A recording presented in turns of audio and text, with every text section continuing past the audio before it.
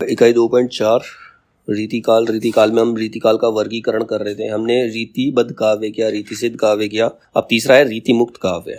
रीतिमुक्त काव्य क्या है? यह काव्य धारा रीतिकाल में विशिष्ट स्थान रखती है। परिवेश में इस धारा के कवि भी दरबारी है। अगर देखा जाए तो इसका जो तीसरा है रीतिमुक्त काव्य, इसमें भी दरबारी कवि ज्यादा मिलेंगे, पर इन्होंने रीतिवाद की काव्यगत रूढ़ियों का पालन नहीं किया। इन्होंने उतना नहीं किया जितना बाकी के दो पार्ट में किया था। दरबार में रहकर भी ये अनुभूति की प्रामाणिकता और दायित्व मूलक प्रेम का पालन करने वाले कवि थे। दरबार में रहते थे, राजा के बारे में भी लिखते थे, लेकिन इनके अंदर की जो भावना थी वो अपनी भावनाओं को दबाते नहीं थे, उनके बारे में भी वो लिखते थे। वो रीति मुक्त काव्य हो गया। यह आंतरिक अनुभूतियों का काव्य है। यह मूलतः आत्म प्रधान और व्यक्तिगत अनुभूति का काव्य, मतलब जो उनके मन में विचार आ रहे हैं उनको एक्सप्लेन करना, उनको लोगों के सामने लेके आना, ऐसा काव्य इस काल में लिखा गया था। घनानंद इस धारा के सर्व प्रमुख कवि है। इसके सबसे इंपॉर्टेंट कवि कौन है? घनानंद। अन्य कवियों में और आते हैं आलम, बोधा, ठाकुर तथा द्विजदेव। आलम पहले कवि है आलम। आचार्य शुक्ल ने अपने इतिहास में दो आलम माने। आचार्य शुक्ल के अनुसार आलम दो हैं, एक अकबर के समसामयिक और दूसरे औरंगजेब के पुत्र मुअज्जम के आश्रित। मतलब एक जो आलम थे वो अकबर के समय के थे और दूसरे आलम जो थे औरंगजेब के पुत्र, अकबर का पुत्र औरंगजेब, औरंगजेब के पुत्र मुअज्जम के समय के थे। शुक्ल ने प्रेम ख्यानक प्रबंध काव्य, माधवानल, कामकंदला, श्याम स्नेही व सुदामा चरित आदि प्रबंध काव्य को सूफी कवि आलम की रचना माना है, जबकि जो मुक्तक संग्रह है वो आलम केली को रीतिकाल के आलम की रचना माना है। यहाँ ध्यातव्य मतलब सुनने बात यह है कि सूफी काव्य के आलम अलग व्यक्ति हैं और रीति काव्य के आलम अलग व्यक्ति हैं। आचार्य विश्वनाथ प्रसाद मिश्र ने माना है कि दोनों आलम वस्तुतः एक ही व्यक्ति थे। अब विश्वनाथ प्रसाद मिश्र मानते कि दोनों आलम एक ही व्यक्ति हैं, दोनों अलग अलग नहीं हैं, जबकि शुक्ल मानते कि दोनों अलग अलग व्यक्ति हैं। आलम केली मुक्तक संग्रह के रचयिता ही रीति मुक्त धारा के आलम माने गए हैं। आलम जाति के ब्राह्मण थे। आलम जो थे वो ब्राह्मण जाति के थे और जो शेख नाम की रंगरेजिन से विवाह कर मुसलमान बन गए थे। मतलब जन्म से ब्राह्मण थे, फिर उन्होंने एक मुस्लिम स्त्री से विवाह किया तो वो मुसलमान बन गए। उनके द्वारा यानी कि आलम द्वारा वर्णित प्रेम चेष्टा प्रधान बाह्य नहीं है, अनुभूति प्रधान आंतरिक है, इसीलिए उनकी शैली मार्मिक है। उनमें अभिलाषा और वेदना की प्रधानता है, इसीलिए वह आपाततः फारसी की प्रेम पद्धति की ओर अधिक झुका हुआ है। तो ये था आलम के बारे में। आलम के बाद है घनानंद। घनानंद या घन आनंद एक ही बात है। घनानंद या घन आनंद मुगल बादशाह मोहम्मद के मीर मुंशी थे। मुगल बादशाह मोहम्मद में के मीर मुंशी थे घनानंद। कहा जाता है कि बहुत अच्छा गाते थे। एक बार दरबार में बादशाह के निवेदन पर इन्होंने टाल मटोल की, किंतु अपनी प्रेमिका सुजान, जो कि एक वैश्या थी, दरबार में नाचने वाली स्त्री थी, उसके कहने पर, उसके अनुरोध पर इन्होंने गाना स्वीकार कर लिया। मतलब राजा की बात इन्होंने टाल दी लेकिन अपनी प्रेमिका की बात को नहीं टाल पाए। ये अपनी तन्मयता में गाते हुए सुजान की ओर मुख और बादशाह की ओर पीठ कर गए। मतलब गाते हुए इतना लीन हो गए कि सुजान की तरफ तो इन्होंने मुंह कर लिया और राजा की तरफ पीठ कर ली। बादशाह ने इन्हें पुरस्कार तो दिया किंतु साथ ही दरबार से भी निकाल दिया। सुजान इनके साथ नहीं की। जब इनको दरबार से निकाला गया तो सुजान ने जाने से मना कर दिया इनके साथ। प्रेम की पीड़ा से भरकर ये वृंदावन चले गए और निम्बार्क संप्रदाय में दीक्षित हो गए। अब ये कृष्ण भक्ति की कविताएं लिखने लगे। हालांकि सुजान के ना मिलने की तड़प इनकी कविताओं में प्रतीकात्मक तौर पर बनी रही। अहमद शाह अब्दाली के दूसरे आक्रमण के दौरान इनकी हत्या हो गई। तो ये थे घनानंद। अब इनकी मृत्यु संबंधी विवाद भी है कि इनकी मृत्यु संबंधी अलग अलग राइटर अलग अलग चीज मानते हैं। शुक्ल जी के अनुसार इनकी हत्या सन 1739 ईस्वी में नादिर शाह के आक्रमण के दौरान हुई थी, जबकि राम स्वरूप चतुर्वेदी और विश्वनाथ मिश्र ने इनकी मृत्यु अहमद शाह अब्दाली के पहले आक्रमण के समय सन 1757 ईस्वी में मानी है, 1757 में। मतलब शुक्ल मानते हैं कि इनकी मृत्यु 1739 में हुई थी, जबकि राम स्वरूप चतुर्वेदी और विश्वनाथ मिश्र मानते हैं कि इनकी मृत्यु 1757 में हुई थी, 1757 में हुई थी। जबकि बच्चन सिंह ने इनकी मृत्यु अहमद शाह अब्दाली के दूसरे आक्रमण के दौरान यानी कि 1761 ईस्वी में मानी है। वो मानते हैं कि 1761 ईस्वी में इनकी मृत्यु हुई थी। घनानंद को प्रेम की पीर का कवि कहा जाता है। घनानंद संगीत का अच्छा ज्ञान रखते थे, जिसके प्रभाव स्वरूप इनके पद विभिन्न राग रागनियों गंधार, भैरव, रामकली, केदार, सोरठा आदि से संयोजित रहते थे। घनानंद ने कई सवैयों की रचना समस्या पूर्ति के ढंग पर की है। कई सवैयों के अंत में ब्रज छैल की गैल सदाई रहो की पूर्ति देखी जा सकती है। ब्रजनाथ ने घनानंद की रचनाओं का सर्वप्रथम संकलन किया था। भारतेंदु हरिश्चंद्र ने घनानंद की रचनाओं का संग्रह दूसरी तिलक शीर्षक की शीर्षक से प्रकाशित कराया था। जगन्नाथ दास रत्नाकर ने 1954 ईस्वी में 1954 ईस्वी में सुजान सागर नाम से इनकी रचनाओं का संग्रह प्रकाशित करवाया। आचार्य विश्वनाथ प्रसाद मिश्र ने घनानंद की संपूर्ण रचनाओं का व्यवस्थित संग्रह घनानंद ग्रंथावली शीर्षक से किया। इनमें कुल 502 छंद हैं। इमेर बंगा ने इनकी जीवनी की रचना स्नेह को मार्ग नाम से की।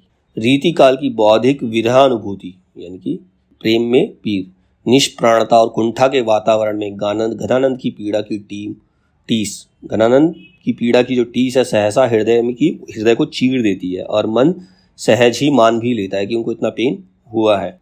सहज मान लेता है कि दूसरों के लिए किराए पर आंसू बहाने वालों के बीच एक ऐसा कवि है जो सचमुच अपनी पीड़ा पर ही रो रहा है। घनानंद प्रेम की यातना के कवि हैं, इसीलिए ब्रजनाथ ने कहा है समुझे कविता घन आनंद की हित आखिन नेह की पीर तकी। मतलब जो कविता घनानंद की कविता को समझता है वो उसके हृदय के दर्द और आंखों की आंसुओं को भी समझ सकता है। प्रेम का ऐसा आवेग ना ठाकुर में है ना बोधा में। आवेग की यह प्रखरता संसारिक नियमों का बांध तोड़ फोड़ देती है। कहीं इनमें बेचैनी, तड़प और विवलता की प्रलय कारिणी झंझा है तो कहीं विषाद का गहनतम मौन यानी यातना की चरम परिणति है। ये बच्चन सिंह ने इनके बारे में कहा था। घनानंद की भाषा सरल और स्वाभाविक है जिसमें लक्ष्यार्थ और व्यंग्यार्थ का प्राधान्य है। नेक्स्ट कवि है बोधा। बोधा का पूरा नाम बुद्धि सेन था। पन्ना नृप खेत सिंह के ने इनका उपनाम बोधा रखा। बोधा भी घनानंद की भांति प्रेम की पीर के कवि हैं। बोधा के अधिकांश कवित सवैया प्रेमिका सुभान को उनकी प्रेमिका सुभान है। अब इसके बाद प्रमुख रीतिमुक्त रचनाकार और उनकी रचनाएं। हम रीतिमुक्त काव्य कर रहे हैं, इसमें इंपॉर्टेंट कवियों के बारे में पढ़ लिया। अब इसके कुछ प्रमुख रचनाकार और हैं और उनकी रचनाओं के बारे में लिखा गया है। तो 3 कॉलम दे रखे, रचनाकार, रचनाएं और उनका वर्ण्य विषय मतलब सब्जेक्ट क्या रहा। तो पहले रचनाकार है आलम। इन्होंने रचना की आलम केली और इसका जो सब्जेक्ट है वो क्या है, प्रेम में संयोग वियोग पक्ष की भावनात्मक अभिव्यक्ति करने वाला मुक्तक काव्य है। ये आलम केली क्या है, प्रेम में संयोग, मिलन और बिछड़ने का, वियोग, दोनों ही पक्ष की भावनात्मक अभिव्यक्ति करने वाला ये एक मुक्तक काव्य है। फिर है घनानंद। घनानंद का समय 1689 से 1739 माना। अब इनकी जो रचनाएं हैं वो हैं वियोग वेली। वियोग वेली के अंदर श्रृंगार चित्रण और फारसी छंदों का प्रयोग हुआ है। इश्क लता। इश्क लता में प्रेम के उदात्त स्वरूप का चित्रण उर्दू और पंजाबी शब्दों की बहुलता है। फिर है प्रीति प्रवास। प्रीति प्रवास में वर्षा का वर्णन किया गया है। फिर प्रेम पत्रिका। प्रेम पत्रिका के अंदर श्री कृष्ण को संबोधित पद्य पत्र हैं और श्री कृष्ण के भक्ति व विनय के पद हैं। इसमें ये जो पद हैं ये 1000 से अधिक पद इन्होंने लिखे हैं प्रेम पत्रिका के अंदर जो कृष्ण भक्ति से रिलेटेड है। फिर है कृष्ण कौमुदी। कृष्ण कौमुदी, इसमें कृष्ण की लीलाओं का चित्रण किया गया है। और घनानंद की अन्य रचनाएं हैं कृपाकंद, प्रिया प्रसाद, ब्रज व्यवहार, गिरी गाथा, भावना प्रकाश, नाम माधुरी, विरह लीला, कोकसार, यमुना यश, रस केलीवल्ली, वृंदावन मुद्रा, रस वसंत, सुजान सागर, सुजान हित आदि। फिर है बौधा बुद्धि सेन। इनका जो समय है 1747 ईस्वी। इनकी रचना है विरह वारिश। विरह वारिश के अंदर सूफी कवि आलमकृत माधवानल काम कंदला पर आधारित प्रेम ख्यान परक प्रबंध काव्य है। ये एक प्रेम का प्रबंध काव्य है विरह वारिश जो है बोधा का। फिर इन्होंने लिखा इश्क नामा। इसमें प्रेम पर आधारित मुक्तक संग्रह है। फिर नेक्स्ट है हमारे ठाकुर। ठाकुर का समय 1766 से 1833, 1766 से 1833। इनकी जो रचना है वो है ठाकुर ठसक। इसमें प्रेमानुभूति का स्वतंत्र चित्रण किया गया है। और फिर ठाकुर शतक, इसके अंदर प्रेम का स्वतंत्र चित्रण किया गया है। फिर है द्विजदेव। ये राजा मानसिंह का दूसरा नाम है द्विजदेव। उनका नाम राजा मानसिंह था। उनका समय 1820 से 1869, 1820 से 1869। रचना है श्रृंगार लतिका सौरभ। इसमें वसंत पर लिखे 33 पद्य हैं। फिर है श्रृंगार बत्तीसी। इसमें प्रकृति एवं श्रृंगार का वर्णन किया गया है। फिर रीतिकालीन नाटक। कुछ नाटक भी लिखे गए हैं रीतिकाल के अंदर। वो नाटक कौन कौन से, उसके रचनाकार कौन है? तो सबसे पहले जसवंत सिंह। जसवंत सिंह ने लिखा है प्रबोध चंद्रोदय। राम ने हनुमान नाटक लिखा हुआ है। नेवाज ने शकुंतला नाटक लिखा। सोमनाथ ने माधव विनोद लिखा। देव ने देव माया प्रपंच लिखा है। और ब्रजवासी दास ने प्रबोध चंद्रोदय लिखा है। ठीक है। इसके बाद रीतिकालीन साहित्यकारों के आश्रयदाता। अब वो साहित्यकारों के नाम हमने पढ़े, साहित्यकारों के बारे में पढ़ा। अब उनके जो राजा कौन थे, आश्रयदाता जिनके दरबार में वो कविता किया करते थे, उनके नाम दे रखे हैं इसके अंदर। सबसे पहले केशवदास। केशवदास के आश्रयदाता राजा जो थे वो नरेश इंद्रजीत सिंह थे। केशवदास नरेश इंद्रजीत सिंह के दरबार में कविताएं किया करते थे। चिंतामणि। चिंतामणि के आश्रयदाता हैं शाहजी भोसला, शाहजा, दारा शिको। फिर है कुलपति मिश्र। इनके आश्रयदाता राम सिंह हैं, ये जयपुर के नरेश के पुत्र थे। फिर आते मतीराम। मतीराम के आश्रयदाता हैं महाराजा भाव सिंह और स्वरूप सिंह बुंदेला। फिर मंडन।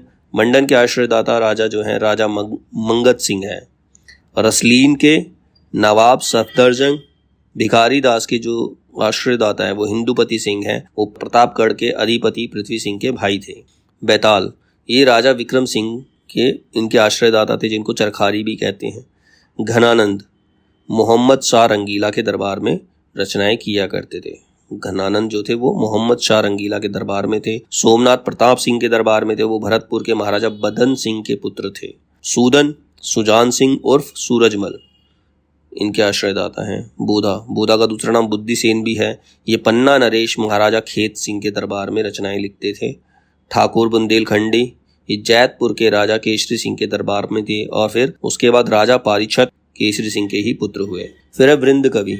वृंद कवि के आश्रयदाता राजा जो थे वो थे महाराज जसवंत सिंह, जोधपुर के राजा थे। फिर उसके बाद औरंगजेब और फिर राज सिंह किशनगढ़ में। लाल कवि। लाल कवि को गोरेलाल भी कहा जाता है। लाल कवि गोरेलाल, ये महाराजा छत्रसाल जो थे इनके आश्रयदाता थे, बुंदेला के महाराजा छत्रसाल। ब्रह्मदत्त। ब्रह्मदत्त के आश्रयदाता हैं बापूदीप नारायण सिंह। बापूदीप नारायण सिंह ये काशी नरेश उदित नारायण सिंह के अनुज यानी कि छोटे भाई थे। फिर आते बेनी प्रवीण। बेनी प्रवीण के आश्रयदाता नवल कृष्ण उर्फ लल्लन जी हैं और महाराजा नाना राव। बेनी बंदीजन, इनके आश्रयदाता हैं महाराज टिकैत राय। रतन कवि, इनके आश्रयदाता राजा फतेह शाही श्रीनगर गढ़वाल से। भूषण सिंह। भूषण। भूषण के जो आश्रयदाता राजा थे वो छत्रपति महाराज शिवाजी थे और उसके बाद साहू जी जो शिवाजी के पौत्र मतलब उनके पुत्र के पुत्र पौत्र थे, पोते। साहू जी जो शिवाजी के पोते थे, उनके दरबार में भी इन्होंने रचना की। फिर उसके बाद महाराजा छत्रसाल, ये पन्ना नरेश थे। सुरती मिश्र, ये मोहम्मद शाह के दरबार में थे दिल्ली में। करण कवि, महाराजा हिंदुपति सिंह इनके आश्रयदाता थे, वो पन्ना के नरेश थे।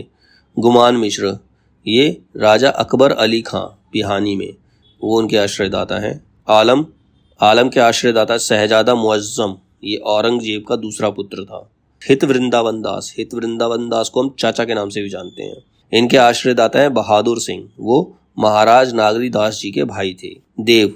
देव के आश्रयदाता आजम शाह, कुशल सिंह, भवानी दत्त वैश्य, राजा सेठी भोगीलाल, राजा अघोत सिंह, सुजान मणि, अली अकबर खां और राजा मोतीलाल, इन सबके दरबारों में इन्होंने कविताएं की हैं देव ने। पद्माकर के आश्रयदाता जो हैं वो हैं महाराजा रघुनाथ राव नागपुर के, दौलत राव सिंधिया ग्वालियर से, अनूपगिरी हिम्मत बहादुर, हिंदुपति सिंह पन्ना के, राजा प्रताप सिंह जयपुर, जगत सिंह जयपुर, भीम सिंह उदयपुर। तो ये सारे पद्माकर के आश्रयदाता राजा थे जिनके आश्रय में इन्होंने अपनी रचनाएं लिखी हैं। तो ये था हमारा रीति मुक्त काव्य।